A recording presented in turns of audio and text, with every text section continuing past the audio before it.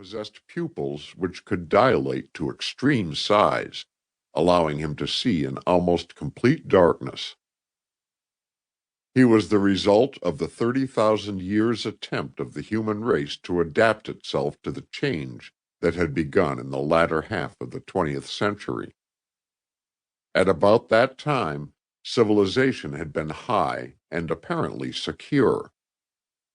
Mankind had reached a permanent agreement among itself, and all men had equal opportunities to education and leisure. Machinery did most of the labor of the world, and men were only required to supervise its operation. All men were well fed, all men were well educated, and it seemed that until the end of time, the earth would be the abode of a community of comfortable human beings, pursuing their studies and diversions, their illusions and their truths. Peace, quietness, privacy, freedom were universal. Then, just when men were congratulating themselves that the golden age had come again, it was observed that the planet seemed ill at ease.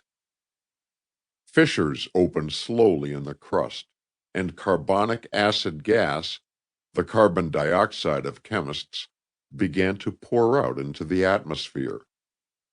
That gas had long been known to be present in the air, and was considered necessary to plant life. Most of the plants of the world took the gas and absorbed its carbon into themselves, releasing the oxygen for use again. Scientists had calculated that a great deal of the Earth's increased fertility was due to the larger quantities of carbon dioxide released by the activities of man in burning his coal and petroleum. Because of those views, for some years no great alarm was caused by the continuous exhalation from the world's interior. Constantly, however, the volume increased. New fissures constantly opened, each one adding a new source of carbon dioxide, and each one pouring into the already laden atmosphere more of the gas. Beneficent in small quantities, but, as the world learned, deadly in large ones. The percentage of the heavy vapor-like gas increased. The whole body of the air became heavier through its admixture. It absorbed more moisture and became more humid. Rainfall increased. Climates grew warmer. Vegetation became more luxuriant, but the air gradually became less exhilarating. Soon the health of mankind began to be affected. Accustomed through long ages to breathe air rich in oxygen and poor in carbon dioxide, men suffered. Only those who lived on high plateaus or on tall mountain tops remained unaffected.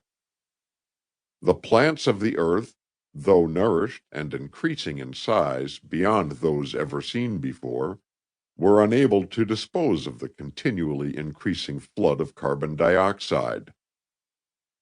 By the middle of the 21st century, it was generally recognized that a new Carboniferous period was about to take place, when the Earth's atmosphere would be thick and humid, unbreathable by man, when giant grasses and ferns would form the only vegetation.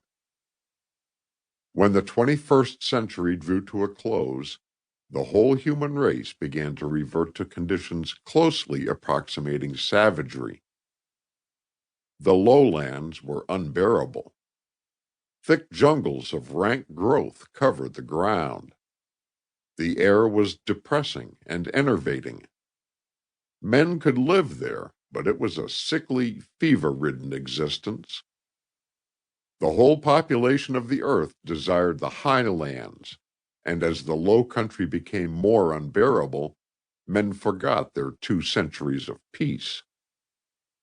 They fought destructively, each for a bit of land where he might live and breathe. Then men began to die, men who had persisted in remaining near sea level. They could not live in the poisonous air.